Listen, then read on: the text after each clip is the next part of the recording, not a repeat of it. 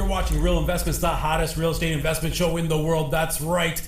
I said it. I don't care who knows it. We've got a phenomenal show for you. But before I tell you that, I want you to get out your pen, your paper, because we're going to go through some numbers and learn how we can make money investing in real estate. Remember, there's always 4 questions that you always want to ask whenever you're presented with an opportunity, regardless if it's real estate investing or whatever business opportunity you're presented with. The first question is, what is my ROI? What is the return on my investment? Number 2, when do I get that return on investment? If somebody says the return on investment is 20%, then you ask them when do you get it, and they say 4 years, then really it's 5% annualized. So it's very important that you ask that question. Thirdly, what is the investment amount? It doesn't really matter how much it costs you because it matters what the return is, but you do want to know what is the investment amount. And then fourthly, you look them right in their pretty eyes and you say, what is the worst case scenario? What is the risk? You want to know these 4 questions before you even begin the process investing in real estate. I'm so excited because not only do we have our mortgage specialist extraordinaire on the show, but she's brought a couple of investors, a couple that have lent out money, one that's borrowed money, and they're all making money as a result. But of course, you know her very well, not just a pretty face. Carmen Campagnaro is on the show. We'll shake your hand, even though I want to reach over and give you a hug and a kiss. It's so wonderful to have you on the show. Everything's good. Life is good. You're getting on a plane tomorrow. Yes. You're hanging with Mom for a little while. Yeah, it's my mom's birthday, so taking her to Naples, Florida. That's wonderful. It'll be amazing. You know, amazing Carmen, I was in Ottawa teaching to a live audience on the weekend, and I opened up by saying, we're here to learn how to make money. And everybody said, yes, we are. But then I said, is money the most important thing? And, you know, not to sound like they wouldn't know, but they all said, absolutely not. And, you know, that's what I appreciate about you. This is a tool. This is a way that we can put out our dollars and make more coming back in, but we use it as a tool so that we can spend time with loved ones and friends and family. So important. So, you talk a little bit about that philosophy. I mean, I know that you have wonderful children and friends and, you know, all that kind of stuff, and you love to just have a good time. Well, I will start by saying you look amazing. Thank you. All dapper in that courtesy mauve. of the girls and guys at Le Chateau, so thank you. Amazing. Yes. Dapper, dapper. Yes, family is very important to me and my personal life. So for me, you know, I work very hard, but as well, 5, 6 o'clock comes, it's my time. Weekends is my time. And I really like to focus in on the family unit because it's important. And that gives you the chance to recharge and then give your best again when you get back to work on a Monday through Friday. But you know, it's I mean, I hear you saying that and then I'm perplexed because you're incredibly successful. You had your first investment property when you were, you know, in your late teens. Yes. A few years ago. Yes, that's right. Good boy. And you, you know, you take it to the moon, so to speak, but then you're saying you're done at 5 o'clock. So I am. In today's world, people just don't believe that. They don't believe that you can be successful and yet make family a priority. I guess it really is a faith issue that, hey, even if I turn it off, it'll still come. I will still attract success. Or? Yeah. Well, what happens to me is I just give it my all when I'm there. It's my 100%, and when the time is to turn off, I turn off. And I think that's been a great tool for me because it's given me that much more energy when I am there, and it's quality time when I'm at work, not just you know, working from morning till night, you know, 7 days a week. It's not how I work. And for me, foundation is the key to my success. I want to make sure that everything in my personal life is solid, and then I can move forward in my career. And that's worked for me very well. And it is faith. It comes. Yeah. Because I know your faith, your family, your friends is your why in life. You know, it's the most important thing. If we make money the most important thing, then we're miserable and we just keep chasing and chasing and chasing. Yeah. But when you put those things, you know, first and foremost. So thank you for nurturing me and inspiring me. And I know, but really, by your lifestyle, I've seen you do it. I've known you for a few years now, and it's always inspiring and refreshing that there's people out there that say, hey, it's not about the dollar, it's about what the dollar can do to help. If we had no money, we've been to third world, we've seen people, they don't have money and they're happy. You know, there's a saying, I never knew how broke I was until I started making money, so to speak, you know, because the more you make, then the more you think you need. And that is so true. That is so true. And when it goes back to the money thing too, it's also about the company's Pro Funds, mortgages, and Valor Capital's fundamental thoughts and basis of how we operate as a company. It's not about the money in anything we do. It's not about making a dollar on any deal. And I think that's what really separates us from a lot of the different people in the industry or similar companies in the industry, because before we'll get into something or before we present an opportunity to our clients, our investors, our lenders, we're going to make sure it's 100% right, and it's not just about the money. We're going to make sure it's good for our client at the end of the day. Perfect.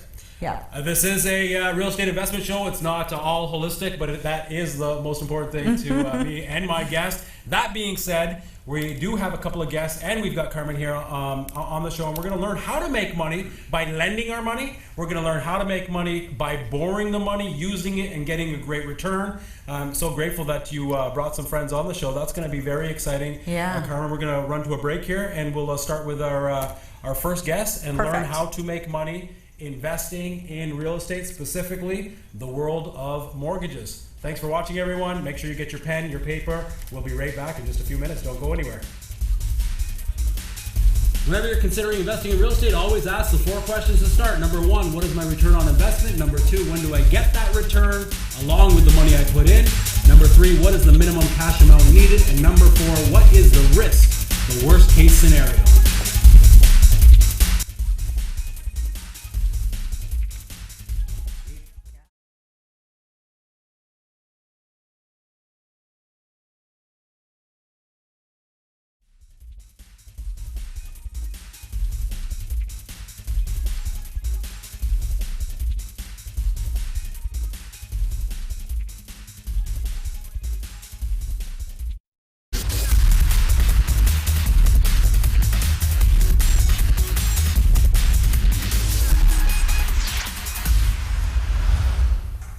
Hey, it's Rav, and welcome back to Real Investments. We're talking about how to make money in the world of mortgages, how to lend out money and make money on that, and then at the end of the show, we're going to talk about how to borrow money and make money. Our good friend Carmen Campagnaro is here with us to help us learn all about that. But we also have Carmen, a friend of ours, a distinguished gentleman, Sir John A. McDonald. Yes. I'm just kidding, but your name really is John A. McDonald. What's your middle name? Alan.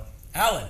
Yep. John Allen McDonald. You know, I'm born and raised in Kingston, Ontario, so I see our very first Prime Minister's house all the time. I know there's no relation, but it's fun to have a famous name. Yeah, and reminisce a bit. There you go. Yeah. But more importantly, John, you are doing something very interesting. You are taking your hard-earned money, and with the help of Carmen and company, you're lending it out, and you're getting a significant return on investment. What made you kind of go through this avenue? I mean, a lot of people do lots of things with their money. Most put it into securities and RSPs and RESPs. You know, they say, hey, do that for your kids, and TFSAs and all that kind of government stuff. But you decided, no, I want to do something else and get some significant returns, of which we'll put on the board here. Tell me kind of the thinking, the thought process, and how this marriage happened, the friendship with Carmen. Yeah, it's well, the friendship happened through my son Blair. Okay. He has followed Carmen for several years. Yeah. Unknown to her, but anyway, in her successes. But not in a creepy way. No. No, In an inspirational way. Yeah, Yes. that's right. That's right. When you said followed, unknown to her, I was like, wait. Yeah. Yes. But anyway, I got involved simply because when I retired, I owned my own business, sold it, and I kept reviewing my RRSPs, and I found that they weren't performing the way the plan was set up to be. Yeah. And so when I sold my business, I said, well, I don't have to start drawing any money off my RSPs. So I just let that set and lived off the other investments.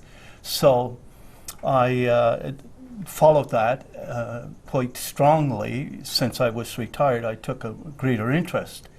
But when 2008 happened, when I lost a considerable amount of income, Yeah.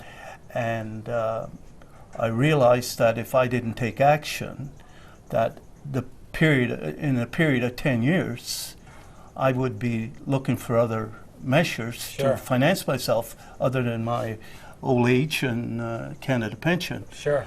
So my son Blair got involved. I brought it to his attention, and we met with my former investors. And when we found out exactly what they were doing, they were using up my earning power to pay me money on a monthly basis. So you use your own capital? My own capital. Okay, so John, you were an entrepreneur. You had your own business. We put money in RRSPs. We had an exit strategy, but those numbers didn't add up to what you planned for. So then you decided, hey, I'm not going to get taxed on the RRSPs. We'll just let them sit. Hopefully, come back up. We'll use other investments. 2008 happened, and so then therefore that kind of stopped for you. You went to your former investor, the financial advisor, and you said, yes, no more, right? Is that where we are so far? That is correct. And then, of course, your son, who we're going to have on here, later on in the show, he was following what Carmen was doing. You got introduced. So then take it from there. So then what did you do? Well, after meeting one-on-one with Carmen, Yeah. And she gave me an outline of what opportunities were available to me. Yeah. So with her literature, I read it and studied it, and I said, this is a no-brainer. So I was prepared to take what money I had to invest and put it in one of her mortgage investments. Okay. And I haven't looked back. They are very successful. All the documentation that was presented to me that outlined the terms and conditions of the mortgage and the lending rate is factual, and it comes true. And have you already? So you've done more than one deal with ProFunds. Yes, I have. And have you already exited one of those deals, or we're still in it right now? No, I have exited one You've of exited. them, but that was short term. Yeah. And So let's talk about a deal right now. Can we do that for the Certainly. for the folks at home? So here we are. We're going to look at how we can make money by lending out our money in the world of mortgages.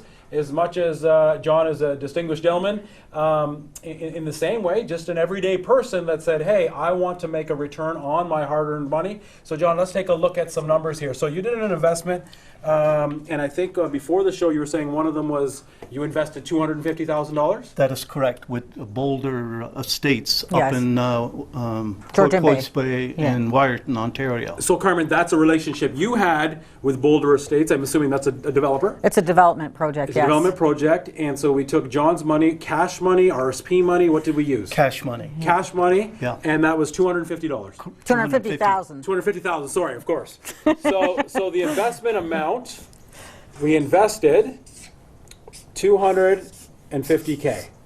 Now I always say, this is the investment amount. What is the return that you were told that you would get on this $250,000? Is it paid monthly? Is it paid at the end? When do you get this? I get a monthly payment on this investment, deposited directly into my bank, and the amount is $2,300 a month. $2,300 a month, Yeah. which is about $30,000 a year? Yeah, which is about 12%. 12% return Annually. on the 250. Annually, okay, so Yeah. our ROI is 12%. So have you ever made anything like that before in your stocks, bonds, RSPs, 12%? No, Okay, and this was, how long was the term on this? not quite a year. About a year. It's a year. Okay. Yes, and there's also, the total ROI is actually much greater. 12% interest-only payments are what he's receiving monthly. There's also a lender fee that our investors get on each investment. So for example, this specific investment, there's a $250,000 investment. He gets 12% interest only paid monthly. Monthly. Plus when his mortgage is repaid at the end of the term, he receives a 5% annual lender bonus. He gets another 5, which is about 12,500, is that right? Yeah, so it's about 17% on his money. Now, I don't want people to think that all deals are 17%. Yeah, but he's exited this deal. No, he's still in this one. This one's being paid out in August. Oh, you did another one that you've already exited? Yes, this is one he's in currently. But he's already been getting, so let's slow down here. So the ROI is 12% monthly. Yes. So that is... Well, it's an annual, and it's he's receiving the 12% interest-only payments monthly. monthly. So that Yes. that equals 23. Annually $30K, Yes. right? Yes. So you divide that by 12. He's making almost, because he says just shy.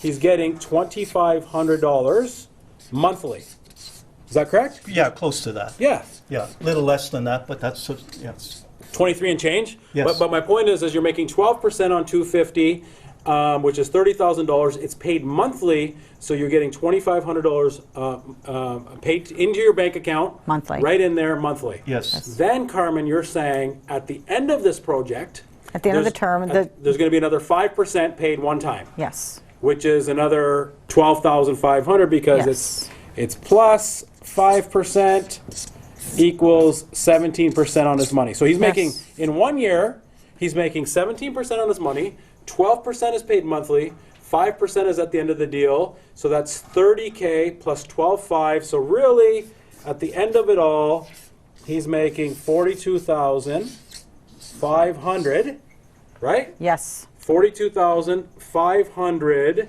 On his 250. his 250 In 1 year. 1 year. Yes. Wow. Yeah. It's Yeah. better. Beats working. So, yeah, I mean, that's the average salary in Canada. I mean, it's actually greater than the average salary in Canada. So somebody's watching the show right now and they're saying, wait a minute. So Carmen, can this be done with RSPs as well? Yeah, absolutely. So yeah. somebody's saying, I've got $250,000 in RSPs. I can make over the average national salary by investing $250,000 in the world of mortgages. Mm-hmm. Now, when it's Yes. RSP money, does that money go right into the back into the RSP? Yes. And so it just grows that if I wanted it to grow. Yeah, so John has that as well. I have that as well. You have it all. Yeah. Yes. I was in a It's RIF, fortunate. Yes. and I cashed that in through a trust company, and I'm the capital that the RIF was worth. I have that also invested with Carmen In another deal. In another deal, yes, Yeah. which is at about a year, Term as well. year and a half, Yeah. and I get a very good return on that. Plus, I get a upfront bonus, a lending bonus. A broker fee, a lender Yes. fee. A lender kind fee, of- lender yes. fee. Yeah. And that is all directed into my my RIF account. Yeah. So with this investment, and I did a couple other small investments with her as well, Yeah. I don't even have to worry about my RIF account. I'm building that Yeah. and I'm not extracting any money out of the earning power, which is the principal, Yes. right? Yes. So So we're just it's- growing it. We're not. I'm we're just not growing it We're and- not encroaching the principal whatsoever. We're just growing our money. Exactly. And doing deals that are paying us 17%. And you want lifestyle, so you're getting $2,500 a month Yep. plus the 12.5 at the end. Yes, Mm-hmm. yeah, and it works out very well, and of course in my RIF account, Yeah. because I have to take X amount of dollars out of the account yearly, but I defer that till the end of December. I have in that year, it doesn't matter when I take it. Yeah. So I take it at the end of the year. You take it at the end for tax Yeah. purposes. Well, I have to. Yeah, Yes, your yeah. government forces you Sure, to do that. sure. In a RIF. So, what were your concerns? I mean, I'm sure you didn't know anything about this. Your son led you to this. Mm-hmm. You must have been saying, "Hey, this is too good to be true," because all my life I've been putting my money in RSPs and making 2, 3, 4, or 5% maybe if we're lucky. And here we are making 17%, 12 of that paid monthly. What did you? Was there any hurdles that you had to get over, or as soon as you understood? And I'm assuming that the biggest part, Carmen, is that if there is enough equity in the project, then I'm secure On real because estate, yes. on the actual real estate. Is that Yes. is that kind of the biggest hurdle that we have to overcome? I mean, what do you look for when you look for a deal like this? Well, first of all, when she presents a deal, I read it and study it, and with Blair's help, Yeah. because he knows real estate not that far better than I do. Sure. But so I rely on his expertise, and as well the literature I get from Carmen, and I know I've been only a investor a very short time with her, but what she presents to you in investment, it happens. Like there's no fluctuation in this 12%. Yes. Like if you're in a, You check your bank account and it's always there. it's there. It Yes. comes in on the last month, the last week of the month. Yeah. And it's there like clockwork. Yeah. What this lady and her company presents to the general public Yes. is factual. Yes. So There's no what gray you see area. is what happens. What you see and what you decide to Yeah. accept and invest your money in It actually happens. Okay, so John, you know what? We're going to go to a break, but if people wanted to get a hold of you, do you mind if they call you, email you, if they go through ProFunds to be able to get some more first-hand information? Yeah, they can certainly. Wonderful. I'm not a computer No, guy. but you just kind of share what you're doing. Oh yeah, it's, Wonderful. Yeah. Okay, thanks for watching Real Investments. We'll be back with investing in mortgages. Don't go anywhere. Thanks for watching. Did you know that mortgage investments are registered on the property title, thus providing tangible security? Mortgage investing is one of the safest, high-yielding investment vehicles available. This is why the banks do it.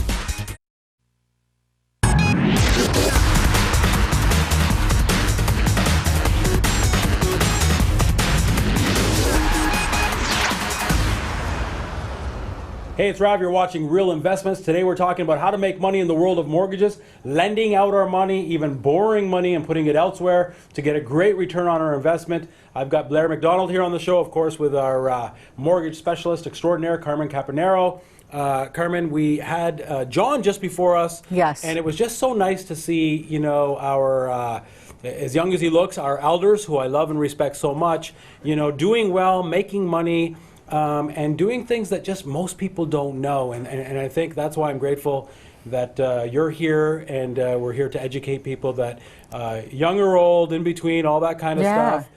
Man, woman, we can make money several ways. Investing in real estate, your specialty is as well. I know you have many properties, but your specialty, your niche, in many ways is in the world of mortgages. Blair, thanks for being on the show and talking about what you're doing. You know, just kind of the... you know, I know that mom and wife or a girlfriend wouldn't say so, but just kind of the everyday person. They say, "No way, he's not everyday. He's the man." He's, and I'm sure you are. But for the purposes of investing, you know, just somebody that says, "Hey, I work hard. I want to be able to put my money out there and get a good return on my hard-earned money." Kind of talk to me about, you know, this whole process and what you're doing now. Yeah, I began investing young, like financially, young around 18, late teens, and I was pretty regular at depositing money on a monthly basis. And it's about 10 years that I worked with a financial planner. And at the end of that 10 years, I basically went back through all my statements and added up exactly how much money I had given, because they give their reports on a quarterly or annual basis. And when I added it up, I was surprised that the figure was basically exactly what I gave them, dollar for dollar. Wow. So although it had gone up and down, after 10 years, they say, you know, hold, it'll come around, don't worry about it. I was basically flatlined for 10 years. And you did, and so therefore you didn't break even because of inflation. We actually lost. So I wasn't in a very good position, and truthfully, I didn't really want to invest too much more. I more sat on my money. And you know, Blair, it's not, I'm sure you have a great relationship with these financial planners, financial advisors, they're good friends. It's not necessarily even their fault. No. It's just what the market dictates. One thing I will say, and I always say on the show, as I have very good friends who are by title financial advisors, and financial planners, is that that's a little bit of a misrepresentation of the actual title. Because they're not financial advisors, they're perhaps RSP advisors, securities advisors, bonds, stocks, you know, and we are perhaps real estate advisors, mortgage advisors, you know, so we got to make sure that just because somebody's title is financial advisor, it doesn't really mean that it's A to Z, because there's many different ways to be able to make money. Yeah, that's just my experience. Obviously, other people have different experiences, but that was my experience, and I sat on the sidelines for a while trying to figure out what I'm going to do and where to put my money. Yes. Well, I join you in that. I threw in 1 year $70,000 in RSPs. When it turned into 40, I took it out, got taxed on it, put it, you know, with people like Carmen, and made it all back, and then some. So I'm with you. It's not everyone's experience, but it definitely was mine. It sounds like it was yours. Yeah. And so then what? So, you know, I began looking. I kind of picking up real estate papers. You see Carmen's ads in them, and I eventually got in contact. And you know, my father that was just on earlier, he was in the same position where his, you know, we recognized that preserving his capital was key. Yeah. And you know, once you diminish that base, you've got nothing to, maybe apart from your home, to liquidate before you move on. And, I love him, but I don't want him living in my basement for the rest of his life. Sure. So, anyways, we began looking for avenues and got in contact with Carmen and, looked and evaluated a few projects in the company and just went from there. You're in a few deals right now, and you've already exited one deal. Can we talk about the deal that you exited? Sure. So who were you lending your money to?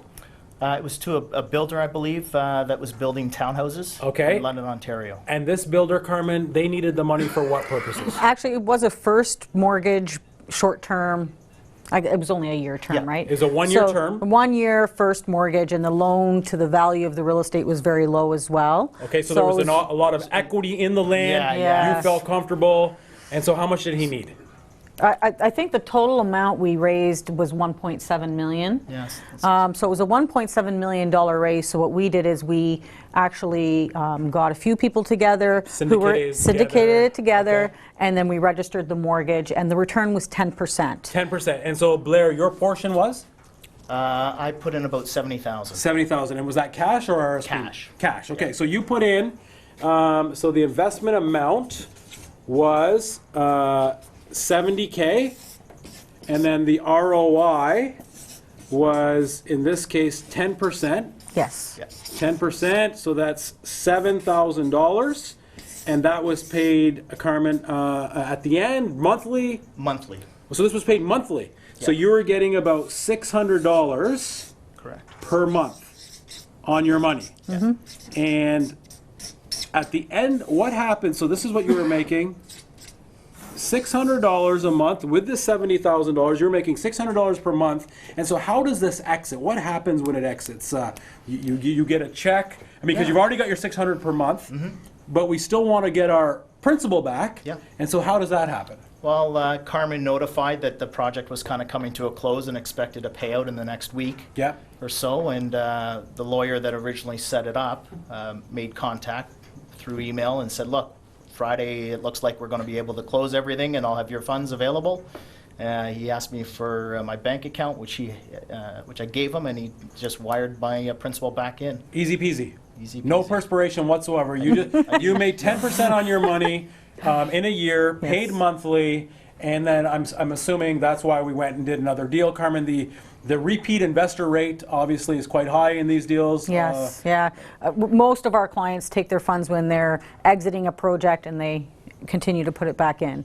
So, and we've been doing this for years now, so it's been a rollover with a lot of our investors. So tell me about a deal that you're in right now. So you're currently in a deal right now? Yep, so I'm currently in another development deal in Woodstock, Ontario. Okay.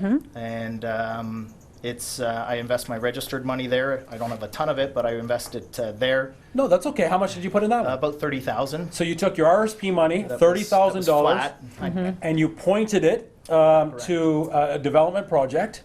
And on that $30,000, what's the return, gross return? So I believe it's an annual return of 12%. 12%? And that's paid monthly. It goes into my RRSP account. Okay, so 12% on the $30,000. Yep. Which is $3,600? Yeah.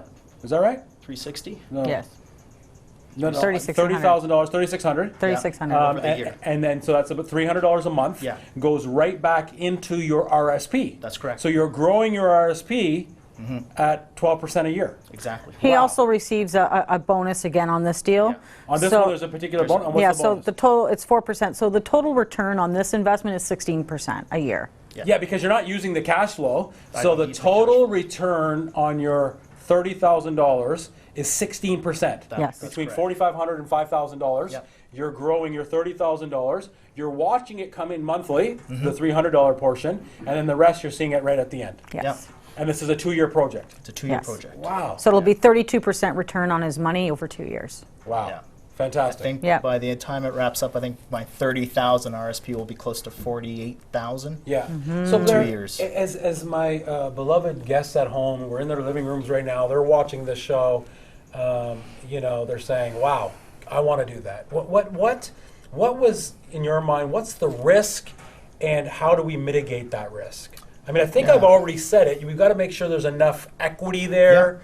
And so if the ratios are good, is that all you need to kind of see? And obviously Carmen's a good coach, and you have to understand the loan to values and realize how much equity is in the property, and what's really the worst case scenario. And I think Carmen and her team does a good job at evaluating an investment. They're not taking everything on, and they evaluate the worthiness of the project. Obviously, she's very seasoned at what she does. Yeah. And so there's a comfort level there, and obviously after doing one or two, then you get to see it in action. Sure. It makes you a believer, and you can move forward doing more and more. Yeah. And so I mean, there's people again that we're watching, and everybody obviously would love to have kind of a third-party advice. If somebody wanted to give you a call, they go through ProFunds and they say, hey, we saw this young guy named Blair McDonald on the phone. You'd be able to chat with somebody and to be able to help. Contact Carmen. She knows how to get a hold of me, and I'm happy to help. To be able to educate. So, do you ever meet the developer? Do you go by the site? Do you? Yeah, good question. The investment in Woodstock was my first one. I happened to be going to London, and I did swing by the development site, and I believe it's an old hospital was there at one point. Okay. And a builder's got it, and it's all in a residential area, so they're going to develop residential around it. Sure. And so I drove by the site and it made it all real. And so you did. That was your first one, you said, and then you went into another one that already exited because this is a 2-year one. So you're almost on the tail end of this one, and then you just keep doing it over and over again. Yeah, that's my plan. And so, what do friends, coworkers, neighbors? What do they think?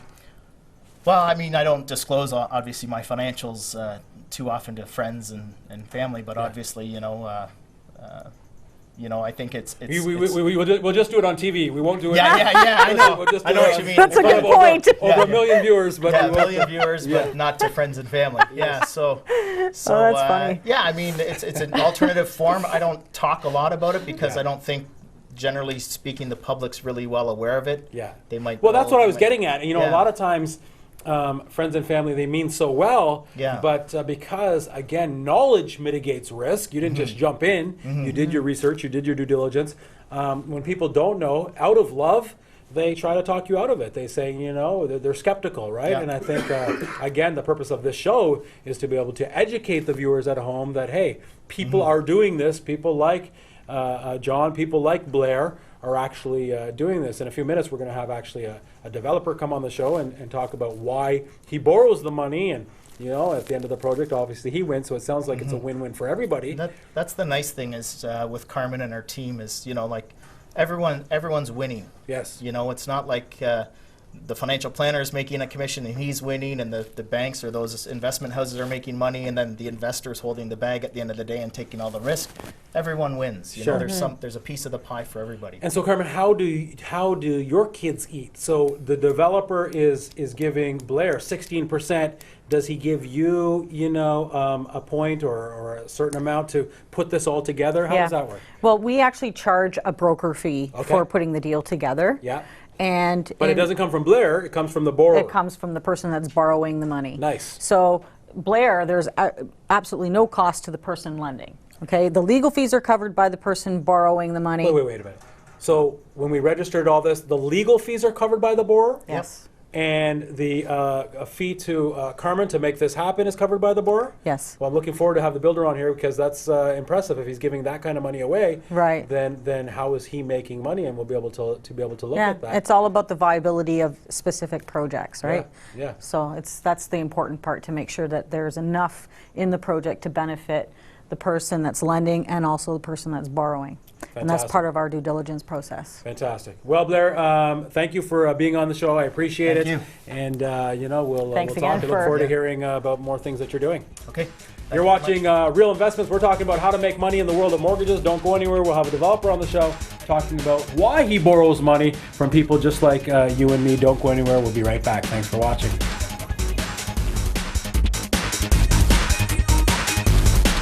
Part of the registration on title, and they are always registered through a lawyer. The borrower cannot sell or further finance an advance of you without your consent.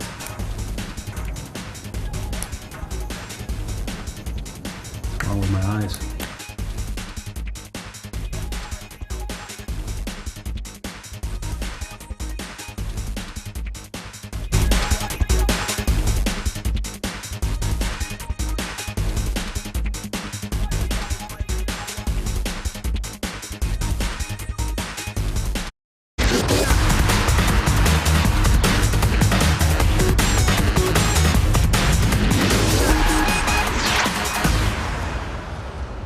it's Rav. You're watching Real Investments. We've been talking about how to make money in mortgages, lending out our money, and getting significant returns paid monthly using cash money, RSP money, returns of 12 to 16% paid monthly. It's just been fantastic talking to both Blair, John, and of course, the one that makes this all happen, Carmen Campagnaro. But now we're going to talk to the person who borrows this money and ask the simple question, why? John Falco's on the, Lou Falco's on the show here. Lou, it's great to have you. Pleased to meet you as well. I love that name. It's like a celebrity name, and you know, I hear that you're not feeling that well, but thanks for being on the show. The viewers at home, Glad to be here. I'm sure really appreciate it.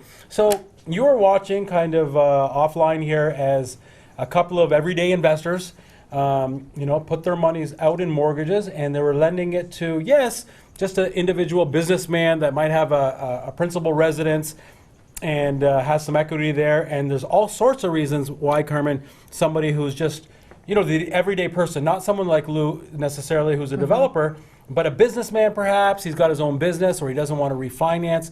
People lend money to individuals in the private world. Yes. Why would they do that? Lending criteria today has changed so dramatically. So institutionally, it's handicapped a lot of investors from buying real estate. So our direction to our funds is geared to investors. So people with better credit.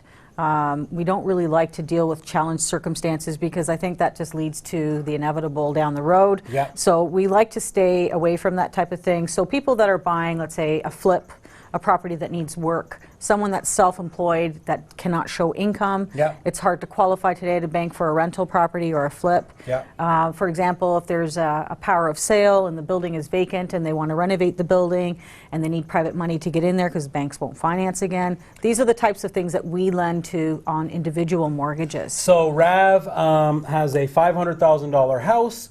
I've got $250,000 of equity in it and a $250,000 mortgage. I've got a an incredible rate thanks to Carmen Campagnaro and ProFunds. Yep. I don't want to refinance it. I just bought a triplex in East Toronto and I need $50,000 to do something, and then I'll refi, pull it out, and give it back to whoever. So I would Exactly. be a candidate of somebody who John and Blair were on the show. They would lend me the $50,000. I don't mind paying 10, 11, 12, 13, 16% because I know at the end of all this, when I fix up this, rehab this triplex, put tenants in, it'll be worth a lot more. Yes. That would be in the private world. That would be in the private world, Okay, yes. so then they did share, though, they also lent money to developers. Yes. And so, Lou, that's where you come in, and I say to you, you mean you're paying out 12%, 15%, 16%. It seems like a lot of money, but obviously you know what you're doing, otherwise you wouldn't be doing it. Kind of talk me through, and it's very exciting that you're on the show because it doesn't happen a lot in the 10 years that I've been doing it, where a developer will come on and kind of just give me their thinking. And so I would love for you to share with the viewers at home, how does a developer think and why do they borrow money? Obviously, it makes sense to the bottom line, but to everyday individuals, how does it all work? Put it together for me. Well, you know, we had a project, for example, the project we recently got involved with, we're buying some houses and creating lots in the back part of the rear lands and extending a road out the back and Right here in the GTA area? Yeah, at Scarborough. Yeah, Okay. Scarborough. Okay. And you know, it's a project that we'd gotten approval by the city for our minor variances that we had to do the severances. We went to the OMB. We had all the paperwork done. What's that, the OMB? A municipal board. Okay. It was challenged by a couple of the neighbors, of course. That can. And that's normal That's procedure. the normal procedure to pass the OMB. Yep.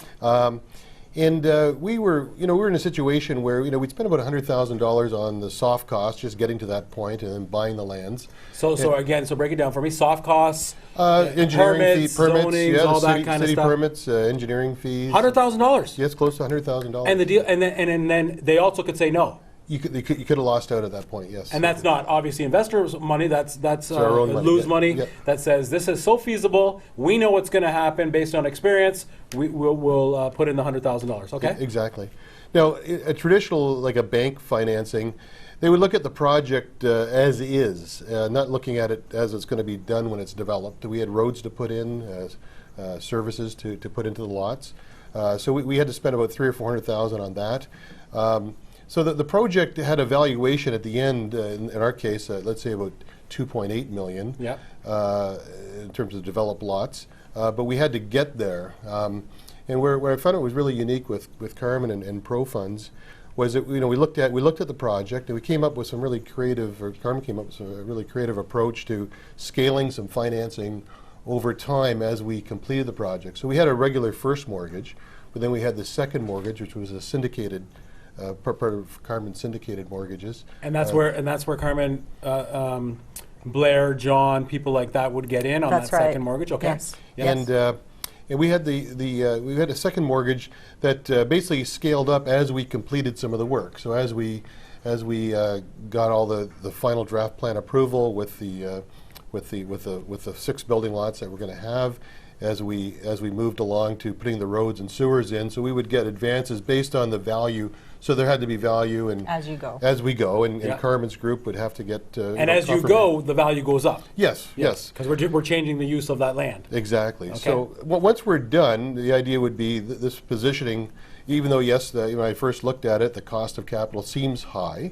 However, we have other projects, money, we have, there's other homes being built, other things going on, and the banks just aren't there to fund in that way. They will be there once we get the roads in and you're completed. Maybe you could go back to, say, a traditional financing. But So what you mean by that is you have the wherewithal to do it perhaps by yourself, but because you have other projects, it makes sense to borrow money from people like John and Blair, because at the end there's a great margin on it that everybody can still win. Is that what you're saying? Exactly. Yes. Okay. Yeah. So so the cost of capital is there. However, our situation is, on the profitability side of the project, we it's a win-win-win between all the parties concerned, where we can put together a project that may not otherwise be feasible for us to do, Yeah. and get to the stage that we need to start building the homes. So once we're at that stage, again, maybe traditional financing may kick in at that stage. But in the meantime, the 1 year with Pro Funds it kind of enabled us to do that, to put this project together. So it's been a great experience. Okay. So basically, Carmen, what I'm understanding is you kind of marry the investor and the developer, Lou, the borrower. We'll call him the lender and the borrower. So people like everyday people, like John, like Blair, they're like the bank.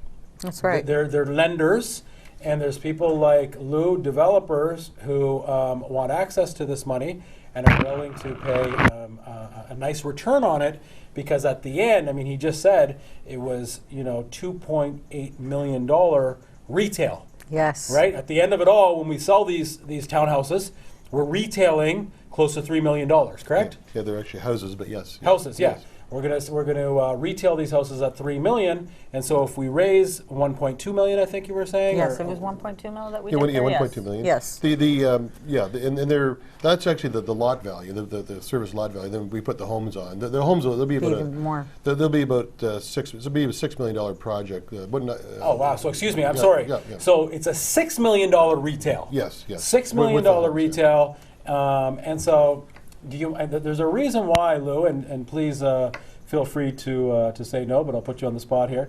There's a reason why developers don't come on the show. It's very hard to get them on because they don't want to necessarily reveal the margins. But I think in this case, it's helpful, because then investors, people like Blair, people like John, can know that, oh, there's margin there. So I've been told in the world of developing that there's a healthy margin of about 20%. Is that about right? That's fair on production homes. Yeah, Yeah, that's fair. Yeah, on that's production fair. homes is about 20%. 20%, So yes. if the whole thing were to cost $10 million, then we could look at a retail of about $12 million. It's $2 million profit over the period of 2 or 3 years, whatever the case may be. And so that's a very healthy, and you can see why lenders then, Carmen, would want to be able to do that. Yeah, I think our participation is more on the servicing side. We find that our developers and people that are borrowing the money are in a position where they're at the land approval stage, and And we're very adamant that we have a project that is already approved. We don't want to worry about our investors' money and waiting to go through a development process. So you're not taking raw land. There's no It's not a there's no cornfield. entitlement Yes. kind of risk there. Yes. It's already with a couple of things, as, Yes. as Lou pointed out. But again, experience says, oh yeah, that'll pass. With a couple of check marks, you already know that this is zoned to build. Yes. Yes, and the approvals are basically in place, and we're looking for servicing funds. So we have a sister company we launched a few years ago called Valor Capital, and that is our development arm, our due diligence arm, and we have a group of seasoned people in that department that analyze, prepare packages for our investors, and we call it a mortgage investment offering. Yeah. Very transparent, very detailed package that goes out to our investors, so when they decide to invest, they have everything there. And it takes a different level of person to understand development mortgage financing versus just individual mortgages if you're buying a house or so, things like that, because it's a lot more complicated. No, absolutely. Yeah. Well, I mean, you make it very easy for people to understand, but it's very hard for people to just understand it on their own. So, I appreciate that about you, Carmen. But Lou, no, that's interesting. And, the biggest companies in the world, Apple, whoever it is, their success is all based on partnerships. Absolutely. Right? It's all based on partners. These guys can do it on their own, but it just doesn't make sense. The economics don't make sense, and I guess that's where you kind of fall into. We can do it on our own, but it makes sense to be able to leverage, and then we all win. Absolutely. Yeah. Absolutely. So what's the thinking? What's next? What are you? We're waiting for his next project. Waiting That's for what the we're next doing. project, yeah. Actually, in the same area, there's some other opportunities that are there. So. So this one already exited that we were talking about. No, we're in it now. We're in the middle of it right now. Yes, In the middle of yes. it right now, and there's some additional opportunities in the same area. Yeah. So looking forward to I was disappointed to find out Carmen's leaving for Florida because I wanted to talk to her shortly about some of the other opportunities. But there's phones in Florida. there's phones Hey, in Florida, yeah. I can be anywhere in the world, Yeah. and I will be here Yes, for you. I understand Okay. that. She will be there. She'll be there for Mom and for Lou. Perfect. For Mom and Lou. That's Lou, you right. want to come to Florida? Actually, there's a good offer. Yeah. And so, the Lou, answer. how did you get involved? What's your background into this? Did you start off with singles? Well, yeah, actually, my partner in the business is in home construction. I'm really not from that part of the business. I'm actually more on the. I sold a business that I was involved in the technology field for the last 10 years. Yeah. So I was actually participating to help consult with the deal and look at it, and I kind of fell in love with it. And I fell in love with the program and some of the things about it. So I'm more of a financial background, and good. but the principal there is a home builder and commercial and homes, and he's got the building experience. So so there's two sides of the coin here. Well, fantastic, and like I said, I'm very grateful that you would come on the show and just kind of share. Sometimes there's a stigma. Why is they boring? No, they're boring because we're smart. The biggest players in the industry in all fields borrow money so that everybody can win. So, Lou, thank you so much for being on the show. And Thank you for coming. good Appreciate times. it. We've been talking to Carmen, to Lou. Don't go anywhere. We'll come back with Carmen's closing thoughts on this whole topic of investing in mortgages, lending, borrowing, all that kind of good stuff. Don't go anywhere. Real Investments continues in a moment. If you have any questions pertaining to the show, to this show or any other show on Real Investments, that there's a topic that you'd like to cover, please visit rogerstv.com.